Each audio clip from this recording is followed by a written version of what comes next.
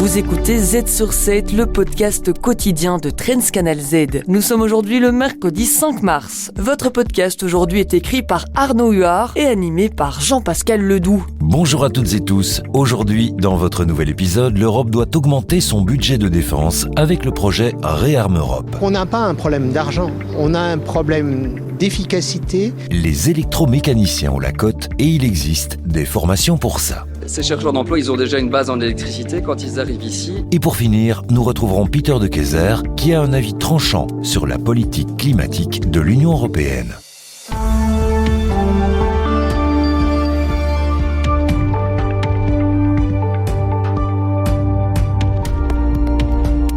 Z sur 7 à la une. Donald Trump a mis sa menace à exécution en gelant subitement l'aide militaire des États-Unis à l'Ukraine. Une suspension dont la durée et le contenu restent flous, mais qui fragilise encore davantage les troupes ukrainiennes. Nicolas Groverheide, spécialiste en défense européenne, nous explique ce que ça représente. Ce gel signifie déjà la volonté affirmée, si on ne l'avait pas encore compris, de Donald Trump de cesser de soutenir l'Ukraine, politiquement, diplomatiquement, militairement, et de ce qu'il veut, d'avoir un accord de paix ou au moins de cesser le feu avec la Russie. Donc il utilise tous les moyens, et ce moyen-là, suspendre l'aide militaire, ça veut dire que les Ukrainiens, de gré ou de force, vont devoir se plier à la volonté américaine. De son côté, la Commission européenne a présenté son projet Réarme Europe, un plan de financement pour relancer la défense européenne. Réarme Europe pourrait mobiliser près de 800 milliards d'euros pour une Europe sûre et résiliente. Mais est-ce réaliste ? Nicolas Groverheide. Les Européens adorent présenter des chiffres ronflants. Le chiffre de 800 milliards est exagéré puisqu'il ne s'agit pas d'argent frais. Une partie se décompose en 150 milliards de prêts qui proviendraient en partie des prêts qu'on n'a pas utilisés dans les prêts post-Covid. Le reste, c'est une possibilité pour les États membres de pouvoir dépenser plus d'argent grâce à une souplesse dans l'analyse du déficit. Donc on va dire qu'on est dans des chiffres un peu bidons. Pour être très clair, c'est même totalement bidon. Selon Nicolas Groverheide, l'Europe a déjà les moyens humains et matériels d'assurer sa défense. Encore faut-il une réelle volonté commune des États membres. Nicolas Groverheide. On n'a pas un problème d'argent, on a un problème d'efficacité, de dissuasion et d'organisation de la défense. Concrètement, il y a assez de troupes européennes pour pouvoir remplacer toutes les troupes américaines qui sont soit en Allemagne, soit en Pologne, soit en Roumanie. Et il faut déplacer effectivement des brigades, des bataillons, des régiments entiers pour avoir une force de dissuasion. Ça sera très vite compris des Russes, très vite compris des Américains. En attendant, le plan Réarme Europe doit encore être accepté par les 27 États membres. Il sera sur la table du sommet extraordinaire prévu ce jeudi. Z sur 7 à la une. Dans le centre de Bruxelles Formation, 12 chercheurs d'emploi suivent des cours d'électromécanique et ils sont sûrs de trouver un emploi. La formation est élaborée sur mesure pour la SNCB et pour Infrabel. Thibaut Balthazar, attaché de presse de Bruxelles Formation, nous explique. Ces chercheurs d'emploi, ils ont déjà une base en électricité quand ils arrivent ici. Et puis, ils ont une formation qui est intensive de 8 heures par jour, 5 jours par semaine. Et donc, ces ingrédients réunis ensemble font qu'on arrive à réduire la durée de formation initiale de 3 ans en 6 mois. Et on répond également aux besoins des employeurs que sont la SNCB et Infrabel. Après 4 mois ici, les stagiaires iront poursuivre leur formation dans les entreprises. La SNCB a déjà utilisé ce système de formation avec succès par le passé pour d'autres fonctions. On écoute son porte-parole, Vincent Bayer. On leur voit offrir une deuxième formation qui est vraiment spécifique à l'environnement de nos ateliers au sein de la SNCB, mais ils sont déjà considérés comme des collaborateurs, donc ils sont déjà rémunérés au niveau de cette deuxième formation au sein de la SNCB qui ensuite évidemment aboutit sur le métier en tant que tel d'électromécanicien en atelier. Les électromécaniciens sont des profils très recherchés. Le métier figure parmi les 102 fonctions critiques dans la capitale et Infrabel compte en recruter une 50aine cette année. Damien François est responsable du recrutement pour l'entreprise. Pour recruter à peu près 600 à 700 personnes, on reçoit 18 000 CV par an, tout azimut, et avec beaucoup de déchets, je vais dire, beaucoup de pertes de candidatures sur les métiers techniques. Parce qu'il est clair que le marché de l'emploi est face à de gros problèmes en termes de compétences techniques. Et donc, malgré qu'on publie et qu'on fait beaucoup d'activités, la qualité des candidats a tendance à diminuer aussi bien sur Bruxelles que sur l'ensemble de la Belgique. Des parcours formation-emploi comme celui-ci, Bruxelles Formation en a déjà mené dans le secteur des assurances. L'institution publique voudrait les multiplier à l'avenir en fonction de la demande des entreprises. Z sur 7 à la une. Febelco à Frameries, c'est plus de 30 000 références de médicaments. Febelco est le plus grand grossiste répartiteur de médicaments du pays. Une coopérative dont le capital est entièrement détenu par ses clients, soit environ 2000 pharmaciens indépendants. On écoute Olivier Delard, son CEO. Alors le médicament, aujourd'hui en Belgique, il est livré par l'industrie pharmaceutique vers les grossistes répartiteurs et puis vers les pharmaciens et enfin à disposition des patients. Et donc le grossiste répartiteur, c'est un acteur majeur dans le trajet du médicament entre l'industrie et le patient en passant par le pharmacien. Depuis plusieurs années, les grossistes doivent faire face à la pénurie de médicaments et trouver des solutions pour acheminer les 10% de produits manquants. Avec un stock de 250 millions d'euros, les grossistes répartiteurs supportent à eux seuls le poids des stocks stratégiques, alors que leur marge devient de plus en plus étriquée. Olivier Delard, CEO de Febelco. On est arrivé à une situation où nous étions 13 grossistes il y a 10 ans, nous sommes plus que 3 grossistes. Nous avions 13% de marge, nous n'avons plus que 7% de marge. Sur 50% de nos chiffres d'affaires, on nous demande de travailler avec 2% de marge. Sur certains produits, notamment comme les produits frigo, lorsque nous achetons le produit, nous perdons de l'argent.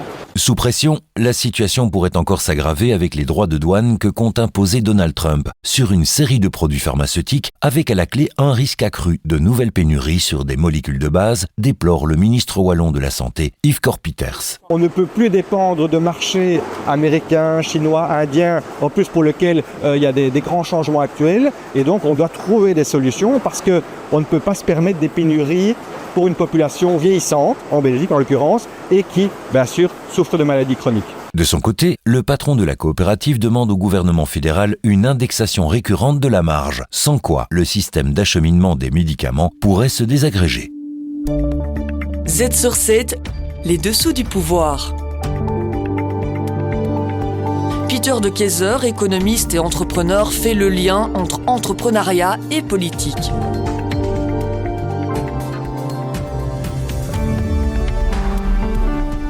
La politique climatique de l'Union européenne fait débat. Elle impose des coûts élevés, des subventions et une réglementation contraignante, entraînant le déclin industriel, la hausse des prix de l'industrie et l'appauvrissement de l'Europe, sans efficacité à l'échelle mondiale. Peter de Keyser vous dressez un tableau critique de la situation actuelle, notamment en ce qui concerne l'industrie Clean Act. Pourriez-vous développer le cœur de vos objections ? Alors, ma principale objection est le décalage important entre les grandes ambitions de la politique climatique actuelle et les réalités économiques et géopolitiques. Le Clean Industrial Deal, présenté comme une étape cruciale du Green Deal européen, promet d'accélérer la production de technologies propres et la réduction des émissions de CO2. Il s'agit, en soi, d'une noble aspiration, mais la manière dont elle est mise en œuvre m'inquiète beaucoup. Tout d'abord, le poids financier considérable de cette transition est souvent sous-estimé. Il s'agit de milliers de milliards d'euros d'investissement. Ces coûts se répercutent inévitablement sur les prix de l'énergie, menaçant gravement la compétitivité de notre industrie. Deuxièmement, il est très naïf de penser que nous pouvons le faire en tant qu'Europe dans une sorte d'isolement. La réalité est que nous vivons dans un monde qui fragmente. Les intérêts nationaux prennent souvent le pas sur la coopération internationale. Le problème du climat ne peut être traité qu'au niveau mondial. Ce n'est pas la direction dans laquelle le monde évolue aujourd'hui. Dans ce contexte, si l'Europe veut s'imposer comme leader en matière de durabilité, il y a de fortes chances que les entreprises européennes délocalisent dans ces pays où les règles climatiques sont moins strictes. Autre critique porte sur le fait que l'accessibilité financière des mesures n'est pas suffisamment prise en compte. La transition énergétique a un impact majeur sur le portefeuille du citoyen moyen. L'énergie coûtera plus cher et par conséquent, nos produits coûteront plus cher. Les produits provenant d'ailleurs dans le monde sont également renchéris par le CBAM, une taxe à l'importation sur le CO2 contenu dans les produits. Enfin, nous voulons aussi que notre industrie reste compétitive, ce que nous faisons en lui accordant des subventions. Ainsi, les consommateurs, les citoyens paient 3 fois. D'abord pour les prix d'énergie plus élevés, ensuite pour les produits plus chers et enfin, ils doivent également subventionner leur propre industrie. Tous ces facteurs réunis créent une situation insoutenable. Un commentaire courant en lien avec ce sujet est que les gens ont peur d'aller à contre-courant et cela a créé une sorte de pensée de groupe. Que pensez-vous de cela ? Alors je pense que ce commentaire est pertinent. Au fil des ans, une sorte de consensus moral s'est développé autour des accords sur le climat. Les gens jonglent souvent avec des termes comme politique climatique audacieuse et ambitieuse. Mais il s'agit d'un langage codé pour politique imposée par le haut contre la volonté des électeurs, sans analyse de rentabilité et sans adhésion au niveau mondial. C'est ce qu'affirment même ceux qui sont au courant. Le PDG de Ineos, Jim Ratcliffe, prédit la fin du secteur chimique en Europe. Et la Banque nationale belge affirme qu'opter pour l'énergie verte signifie que nous devrons dire adieu à une grande partie de notre industrie. Il est donc très difficile de faire entendre une voix différente. Pour finir, vous établissez un tableau sombre dans lequel les facteurs économiques et géopolitiques menacent de saper les politiques climatiques ambitieuses. Quelle approche alternative envisagez-vous ? Alors d'abord, je n'ai pas l'intention de nier que le changement climatique est un problème grave. Au contraire, le problème climatique est réel et nous en subirons tous les conséquences. Mais nous devons simplement être plus réalistes sur la manière dont nous y attaquons. Faut-il pour autant ne rien faire ? Bien sûr que non. Même en l'absence de politique climatique, notre empreinte carbone diminue. Les émissions de CO2 par habitant ont diminué dans presque tous les pays européens au cours des dernières décennies, alors même que la prospérité augmentait. La France en est le meilleur exemple. Le pays a beaucoup misé sur l'énergie nucléaire pendant la crise énergétique des années 70. Quoi qu'il en soit, l'amélioration de notre efficacité énergétique est une bonne idée. L'énergie nucléaire est une bonne idée. Réduire notre dépendance à l'égard des combustibles fossiles est une bonne idée. La politique climatique actuelle est irréalisable et inabordable. Elle fera fuir les électeurs vers les partis extrêmes, éloignera l'industrie de l'Europe, retardera notre réarmement et accélérera notre insignifiance géopolitique. C'est pourquoi que nous devons modifier radicalement la politique climatique.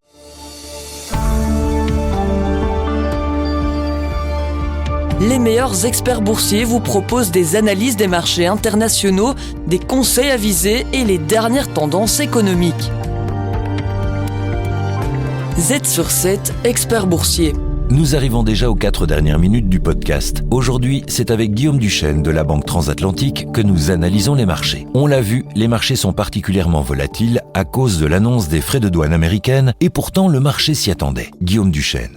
Simplement parce que peut-être que le marché attendait finalement quelque chose de moins fort. Vous vous souvenez, en fait, pour le Mexique et le Canada, il y avait déjà eu un report d'1 mois. Donc il y avait toujours cet espoir que finalement ça vienne plus tard. Et c'est ce que le marché attendait, à mon avis. Également que les 25% soient plus faibles. Et que finalement, qu'il fasse et qu'il aille jusqu'au bout, ça crée un stress sur le marché, vraiment clairement. Donc il y a des mesures de rétorsion. Ça pose quand même pas mal de questions sur les perspectives. Et perspectives pour le monde entier, mais également pour les États-Unis, parce que ça arrive par ailleurs à un moment pour les États-Unis où il y a un ralentissement économique. Et on a eu quelques chiffres qui étaient quand même moins bons, notamment sur la consommation, sur le taux d'épargne aussi qui augmente, et un chiffre qui est estimé par la Réserve fédérale d'Atlanta, qui fait des estimations et qui démontre que finalement il y a un ralentissement vraiment assez important. Donc il y a une crainte d'un ralentissement de la croissance, une inflation qui reste quand même élevée, et donc ça arrive vraiment à un mauvais moment. Et en Europe, finalement, on avait le rallye qui était assez fort sur les derniers temps, et des secteurs qui semblent quand même directement concernés, comme l'automobile, typiquement, puisqu'il y a pas mal d'usines qui sont à la frontière avec le Mexique, typiquement, corrige seulement maintenant, après un rebond assez important des indices européens. Un autre gros dossier du jour, on en parlait au début de ce podcast, il s'agit de l'Ukraine, avec la fin de l'aide militaire des États-Unis. Depuis, en fait, le camouflet de la semaine dernière, la réunion entre Zelensky et Trump, on a tous été un peu surpris par la nature de la relation.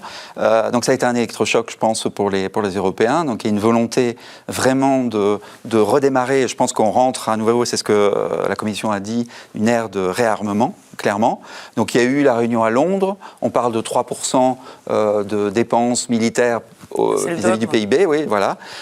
Donc ça, c'est quelque chose qui devrait être mis en place. Il y a ce plan, vous en avez parlé, de 800 milliards de dépenses. Donc c'est pour des dépenses de missiles, dépenses aériennes, anti-drones, drones, etc. Donc d'une volonté de dépenses qui est importante et qui change un peu la donne vraiment clairement. L'Europe a-t-elle réellement la capacité d'engager autant de dépenses, 800 milliards d'euros ? Guillaume Duchesne, une dernière fois. C'est vrai que c'est quand même une interrogation. On en parle de toute façon très régulièrement. Les déficits sont importants. On l'a encore vu la semaine dernière avec la France, qui a été downgradée par l'agence de rating S&P en termes de perspective, qui est passée à négatif. Ça passait un peu inaperçu. Mais malgré tout, voilà, il y a quand même une pression des agences de notation. Donc il y a une marge de manœuvre qui est limitée. Alors la Commission a dit qu'elle allait assouplir les règles de budgétaires. Donc ça, c'est quand même un élément et ça fait partie des 800 milliards. Donc ça va permettre de le faire. Mais en fait, on compte réellement quand même sur l'Allemagne. Parce que c'est le seul pays qui a réellement une marge de manœuvre. Et donc on arrive à un point où il y a une nouvelle coalition qui est en place. Et donc il y a toute une discussion de faire des dépenses supplémentaires militaires et aussi d'infrastructures. Alors ça dépend de la coalition. Ça dépend de la capacité à modifier parce qu'il faut qu'au Parlement, que ça passe et qu'il y ait 2/3 qui décident et qui valident ce type de budget. Donc c'est quand même très conditionné, mais c'est cet espoir-là qui fait vivre pour le moment. Et voilà, maintenant vous êtes bien au courant. N'oubliez pas de vous abonner à la chaîne de Z sur 7 pour ne pas manquer un seul de nos épisodes. Et le programme de demain ? Demain, vous retrouverez la rubrique à la une de Trends Tendance. Comme vous le savez, un journaliste dévoilera les dessous du magazine Trends Tendance. Vous pourrez aussi retrouver vos analyses quotidiennes du monde économique et des marchés financiers. Restez à l'écoute.